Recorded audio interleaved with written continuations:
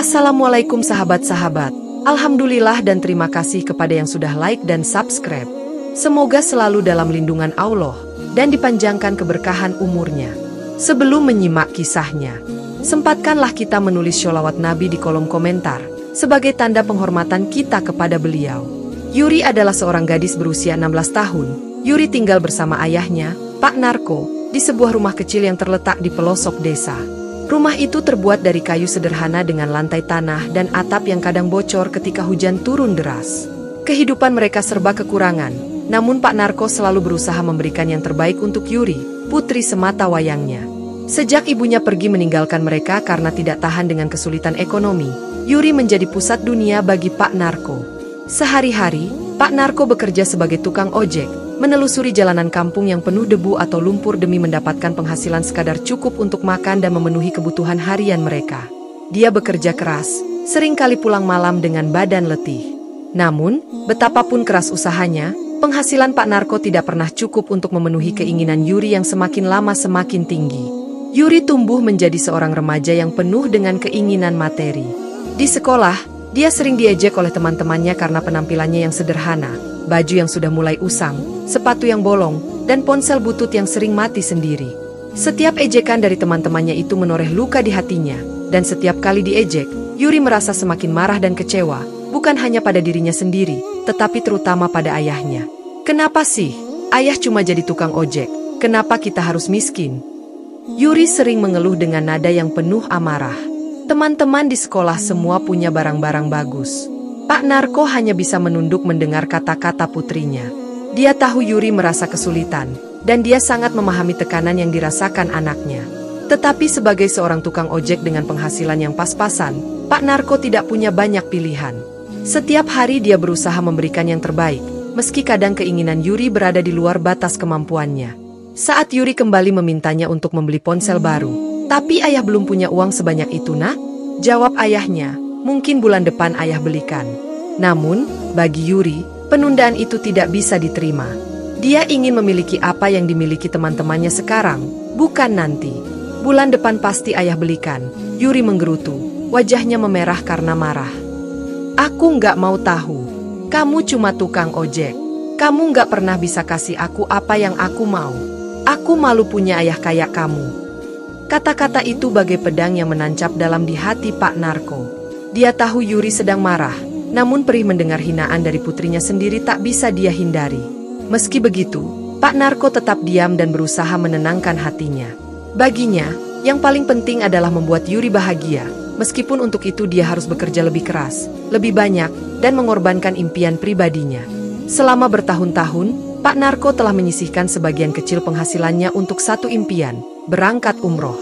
Bagi Pak Narko, umroh adalah panggilan spiritual yang selama ini ia nantikan.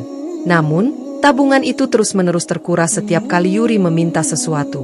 Dari sepeda motor hingga barang-barang mahal lainnya, permintaan Yuri selalu melampaui kemampuan ayahnya.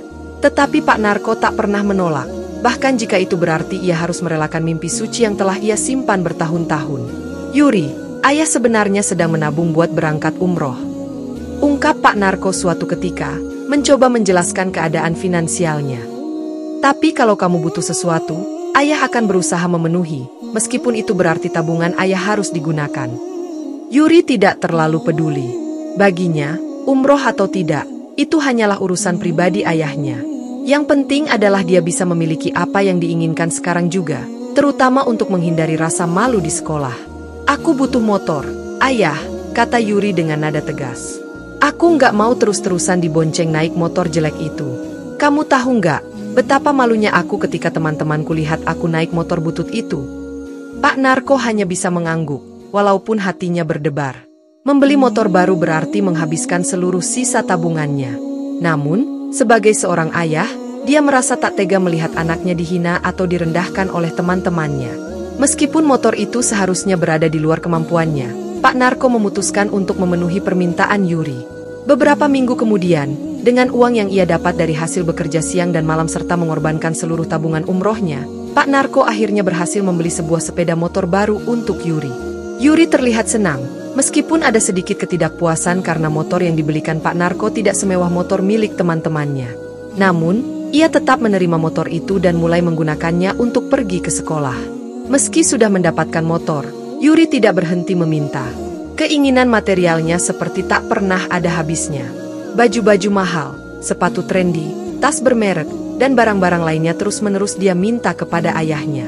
Pak Narko, meskipun sudah kehabisan tabungan, tetap berusaha memenuhi keinginan anaknya dengan bekerja lebih keras. Dia sering berangkat sejak fajar dan baru pulang larut malam, hanya untuk mendapatkan uang tambahan. Namun, tidak peduli seberapa keras dia berusaha, keinginan Yuri selalu melampaui kemampuannya.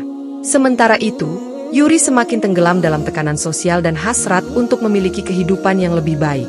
Teman-teman di sekolahnya, meskipun sering dia iri, tetap saja mengejeknya dengan alasan lain. Meski kini dia memiliki motor dan baju-baju baru, ejekan itu tak pernah benar-benar berhenti.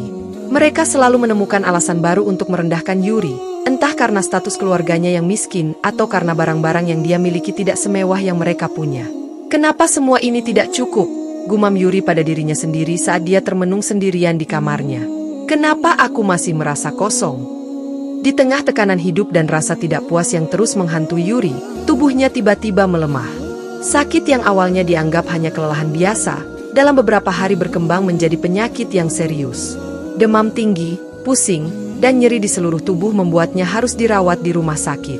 Pak Narko, yang melihat anaknya terbaring lemah di tempat tidur rumah sakit, merasa hatinya hancur. Dia merasa bersalah karena tidak bisa menjaga Yuri dengan baik. Ya Allah, kenapa ini terjadi pada anakku? Batinnya penuh kesedihan. Pak Narko menghabiskan seluruh waktunya di samping ranjang Yuri, berdoa agar Allah menyembuhkan anak yang paling ia cintai. Meskipun dokter sudah memberikan perawatan terbaik yang mereka bisa, kondisi Yuri tidak membaik. Setiap malam, Pak Narko memohon kepada Allah, berharap ada keajaiban yang akan menyelamatkan putrinya. Ya Allah, aku tahu aku hanya seorang hamba yang lemah, tapi tolong, sembuhkan anakku. Aku rela kehilangan semuanya, asal dia bisa sehat lagi. Namun, takdir berkata lain. Di malam yang dingin dan sunyi, Yuri menghembuskan napas terakhirnya di hadapan ayahnya yang masih menggenggam tangannya. Pak Narko tak kuasa menahan tangisnya. Dunianya runtuh saat itu juga. Anak satu-satunya, yang selama ini menjadi pusat hidupnya, kini pergi meninggalkan dunia untuk selamanya. Kabar kematian Yuri menyebar ke seluruh kampung. Para tetangga dan teman-teman dekat berdatangan untuk memberikan penghormatan terakhir. Pak Narko terlihat sangat terpukul. Matanya sembab dan tubuhnya lemah karena kurang tidur dan terlalu banyak menangis. Hari pemakaman Yuri tiba, dan seluruh warga kampung berkumpul di pemakaman kecil di ujung desa untuk mengantar kepergian Yuri ke tempat peristirahatan terakhirnya. Namun, di saat jenazah Yuri hendak dimakamkan, sesuatu yang mengerikan terjadi. Ketika tubuh Yuri diturunkan ke dalam liang lahat, tiba-tiba kakinya jenazahnya perlahan-lahan berubah menjadi ekor ular. Orang-orang yang menyaksikan pemakaman itu mundur dengan ketakutan. Wajah mereka dipenuhi rasa ngeri ketika tubuh Yuri, yang seharusnya beristirahat dalam damai, berubah menjadi ular besar yang menggeliat di dasar liang lahat. Ini pasti kutukan, teriak seseorang dari kerumunan. Ini pasti azab Allah karena dia durhaka pada orang tuanya, bisik yang lain. Pak Narko yang menyaksikan perubahan mengerikan itu jatuh terduduk di tepi makam. Tangannya gemetar dan matanya berkaca-kaca melihat tubuh anaknya berubah menjadi ular. Hatinya hancur bukan hanya karena kehilangan putrinya, tetapi juga karena melihat anaknya mengalami nasib yang begitu mengerikan. Dengan suara yang tersendat oleh isak tangis, Pak Narko mengangkat tangannya ke langit, berdoa dengan sepenuh hati. Ya Allah, ampunilah anakku. Mungkin dia banyak berbuat salah, tapi dia tetap anakku. Ampuni dosa-dosanya dan jangan biarkan dia menderita seperti ini. Pak Narko terus berdoa di tepi makam, memohon kepada Allah agar mengampuni segala dosa anaknya yang telah terlalu banyak berbuat kesalahan. Meskipun tubuh Yuri telah berubah menjadi ular sebagai bentuk azab, cinta dan doa Pak Narko tidak pernah pudar. Ia berharap bahwa meskipun putrinya mengalami nasib yang mengerikan, Allah masih akan mendengarkan doanya dan memberikan pengampunan. Setelah hari pemakaman itu, hidup Pak Narko menjadi sunyi. Tidak ada lagi suara tawa dan teriakan Yuri di rumah mereka yang kecil. Setiap hari, Pak Narko pergi ke masjid, sujud di hadapan Allah dengan penuh kesedihan, berharap agar doa-doanya untuk anaknya yang tersesat dalam keinginan duniawi didengar dan dikabulkan. Dia berdoa setiap hari, tidak hanya untuk pengampunan bagi Yuri, tetapi juga agar dia sendiri diberikan kekuatan untuk terus menjalani hidup tanpa putrinya. Tabungan umroh yang telah ia kumpulkan selama bertahun-tahun kini telah habis, dan mimpi untuk berangkat umroh harus dia relakan. Namun, kehilangan terbesar bagi Pak Narko bukanlah tabungan atau barang-barang, melainkan kehilangan putrinya yang telah pergi. Setiap malam, dia duduk di tepi ranjang Yuri yang kini kosong, berdoa dengan penuh harapan agar Allah memberikan tempat yang layak bagi putrinya dan memberikan ketenangan bagi jiwanya. Pak Narko tidak pernah berhenti memohon ampunan. Meskipun hidupnya kini penuh dengan kesedihan, dia tetap mengingatkan dirinya untuk tidak mengulangi kesalahan yang sama. Dia terus berdoa, berharap bahwa suatu hari Allah akan memberinya kekuatan dan kedamaian, serta memaafkan segala dosa anaknya yang terjerat dalam dunia material. Dan meski tidak ada lagi Yuri di sisinya, cinta seorang ayah dan doanya tetap abadi, menembus batas kehidupan dan kematian.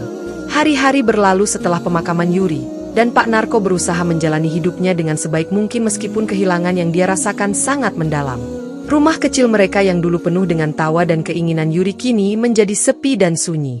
Setiap sudut rumah mengingatkan Pak Narko pada putrinya, mulai dari kamar yang dulunya menjadi tempat Yuri menghabiskan waktunya hingga sepeda motor baru yang kini terparkir di depan rumah tanpa pernah digunakan. Pak Narko merasa hampa, dan kesedihan yang mendalam membuatnya sulit untuk berfungsi sehari-hari. Setiap pagi, dia masih berdoa di masjid, berharap Allah memberikan petunjuk dan penghiburan. Dia sering duduk di sudut masjid, merenung, dan berdoa dengan khusyuk, merasa seolah-olah dia tidak pernah bisa mengubah masa lalu tetapi berharap bahwa dia bisa mendapatkan keampunan untuk anaknya yang telah tiada. Beberapa bulan setelah kematian Yuri, Pak Narko mulai menghadapi kesulitan keuangan yang semakin meningkat. Tanpa adanya tabungan yang tersisa, dan dengan penghasilan yang tidak mencukupi dari pekerjaan sebagai tukang ojek, dia seringkali harus meminjam uang dari tetangga dan teman-teman untuk memenuhi kebutuhan sehari-hari. Dia merasa tidak hanya kehilangan anaknya, tetapi juga terpuruk dalam keadaan finansial yang buruk. Di saat-saat sulit ini, Pak Narko mulai mendapatkan dukungan dari masyarakat sekitar. Beberapa tetangga yang merasa simpati dengan kondisinya datang untuk menawarkan bantuan. Mereka memberikan makanan, pakaian, dan sedikit uang untuk membantu meringankan beban Pak Narko. Walaupun mereka tidak bisa mengembalikan Yuri yang telah pergi, dukungan mereka sedikit banyak membantu Pak Narko merasa bahwa dia tidak sendirian. Namun, meskipun ada bantuan dari orang-orang di sekelilingnya, Pak Narko tetap merasa tertekan. Dia berusaha mencari pekerjaan tambahan, namun usahanya seringkali berakhir sia-sia. Setiap kali dia pulang ke rumah, rasa kehilangan dan penyesalan menyergapnya kembali. Dia sering bertanya-tanya jika ada sesuatu yang bisa dia lakukan untuk mengubah nasib putrinya, atau jika ada cara untuk memperbaiki keadaan yang telah mereka lalui. Di tengah keputusasaannya, Pak Narko mulai mencari cara untuk memberikan makna lebih dalam hidupnya. Dia mulai mengikuti pengajian dan ceramah agama di masjid, berharap bahwa dengan memperdalam pengetahuannya tentang agama, dia bisa menemukan kedamaian batin. Setiap kali dia mendengarkan ceramah tentang bagaimana Allah selalu memberikan rahmat dan ampunan, Pak Narko merasa sedikit terhibur. Dia mulai memahami bahwa mungkin ada pelajaran yang bisa dipetik dari penderitaan yang dia alami. Demikianlah kisahnya. Kurang lebihnya mohon maaf. Jangan lupa subscribe, like dan tulis sholawat Nabi.